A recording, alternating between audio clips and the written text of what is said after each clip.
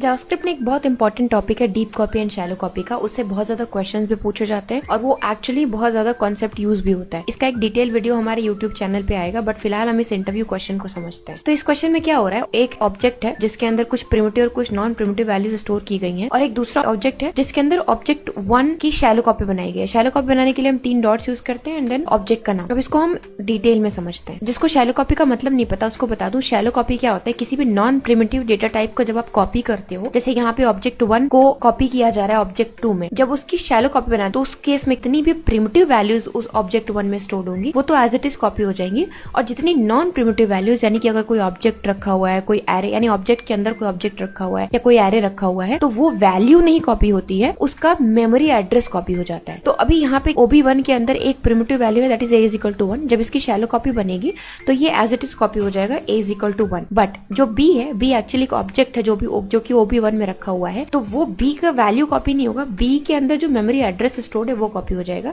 यानी कि something like 0x8A जो भी एड्रेस है वो कॉपी हो जाएगा। अब इस केस में हो क्या रहा है कि B जो ऑब्जेक्ट है वो एक्चुअली OB1 में रखा ही नहीं, OB1 में सिर्फ उसका मेमोरी एड्रेस यानी रेफरेंस रखा हुआ है। वो B ऑब्जेक्ट कहीं और हीप एरिया में बना हुआ है और OB1 के अंदर जो B वेरिएबल है वो उसको रेफर कर रहा है। सिमिलरली जब उसका मेमोरी एड्रेस OB2 में कॉपी हो गया, अब OB2 के अंदर जो B है वो भी उसी को कहीं ना कहीं रेफर कर रहा है। ये होता है शैलो कॉपी।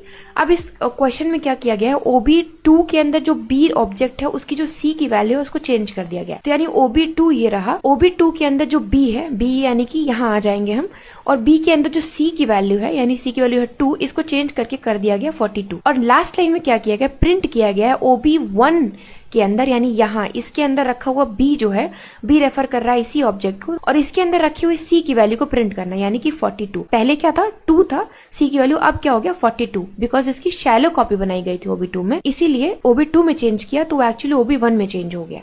अब इसको एक बार हम रन करके भी देख लेते हैं। तो सेम कोड हमने यहाँ पे लिख के रखा है, तो यहाँ पे C की वैल्यू क्या आई है 42।